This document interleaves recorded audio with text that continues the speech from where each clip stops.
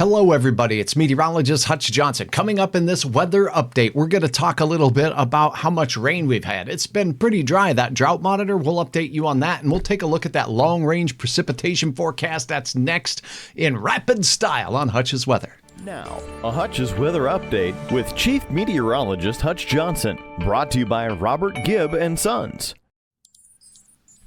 All right, my friends at Robert Gibb & Sons, want to let you know that you have any kind of work to be done at all, keep them in mind, especially for commercial projects. They also do residential and industrial as well.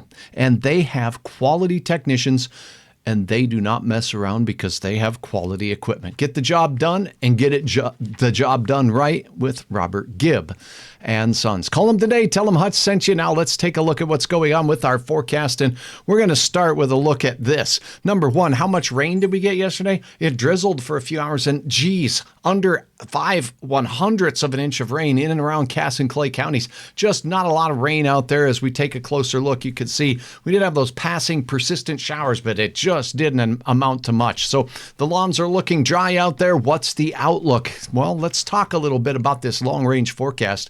And then we'll close up with a look at that drought monitor and your extended forecast. But first, here is a look at the American model and the next several days. This is zoomed out on the big picture so you can see the big systems, the track they're taking, and what it means for the upper Midwest as we go through the next several days. Now, as we slide forward in time, you're going to notice we stay all dry all the way through Thursday of this week, Friday of this week, and the weekend ahead. Notice the Central Plains and the Mississippi River Valley, as well as the Missouri River Valley, seeing some very heavy thunderstorm chances as we go through late week associated with some, well, tropical weather heading into portions of the Gulf Coast states. Now, as we go through, we stay very high, very dry. No promise of anything on the horizon as we go through the weekend, but there's a little weather wiggle wobbling its way through as we go into the close of the month. This gives us a slight chance, but notice most of that energy is up in Canada with any precipitous precipitation of consequence. So that system passes us. So that's the next week. We start October. Anything better? It looks very quiet through the first whole week of October. So it looks dry and overall, I think, warmer than average for many of the days. Not all of them, but many of them. It doesn't look very good. Now, we are starting to see a turn from what was a fairly wet summer to one that is a little less than that. Here's a look at that the latest drought monitor updated from those folks. And I got to tell you what, where you're looking at here in the western Dakotas where you see the reds, that's extreme drought taking place. So we're looking at places up there by Freud, Montana, Plentywood, Montana, and getting down into Ekalaka and Baker, Montana, Buffalo, South Dakota, wrapping around the Black Hills, though, and out towards Newcastle and Gillette, Wyoming. So a lot of dry weather starting to peek its way in, with the yellows here in southern Minnesota and Iowa indicating abnormally dry conditions across that area of the country. Look at this, some pretty significant drought in parts of West Virginia as well, with exceptional conditions in the darkest of red colors. So what does this mean now with regards to our 7-day planner?